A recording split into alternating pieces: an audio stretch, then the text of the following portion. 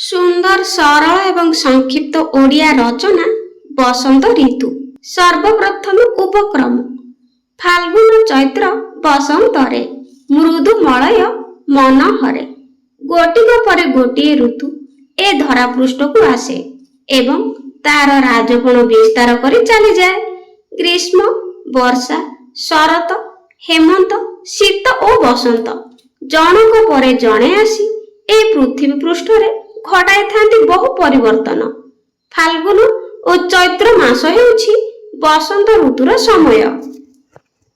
बसंत ऋतुरे प्रकृति ऋतुराज बसंतर आगमन रे धरा पृष्ठ रे खेली जाए आनंदर लहरी। गछ मानकरे नुआ पत्र कौळे बसंतर सुगंध रे भ्रमर मानकर गुणुगुणु गुंजन एवं कोइलीर कुहू कुहू गान प्रत्येकଙ୍କ मनरे भरी दिए एक नूतन पुलक एवं प्रेरणा। दक्षिण दिगरु सुलुसुलुआ पवन बहे। धरणी राणी आनंदरे परिराइज भଳି मने हुए।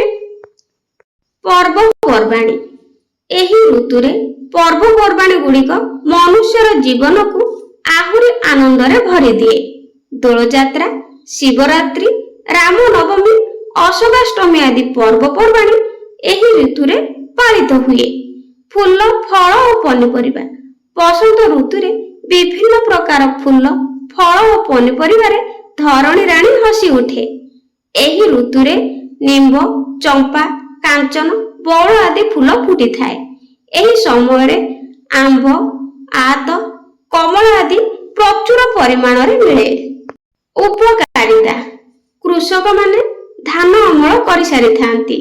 प्रकृति रानीर मनलोभा दृश्य देखिबा संगे संगे समस्ते विश्राम नेबा पई समय पाई थांती। एही ऋतुरे दिन और राति प्राय समान समय होई थाए।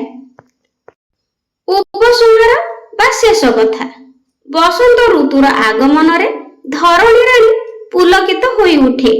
जनमानस रे मध्य शांति और आनंदित देखा जाए।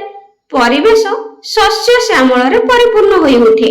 सेथिपई तो बसंत ऋतु मानक मध्य श्रेष्ठ तथा ऋतुराज बसंतर आख्या प्रदान करा जायछि।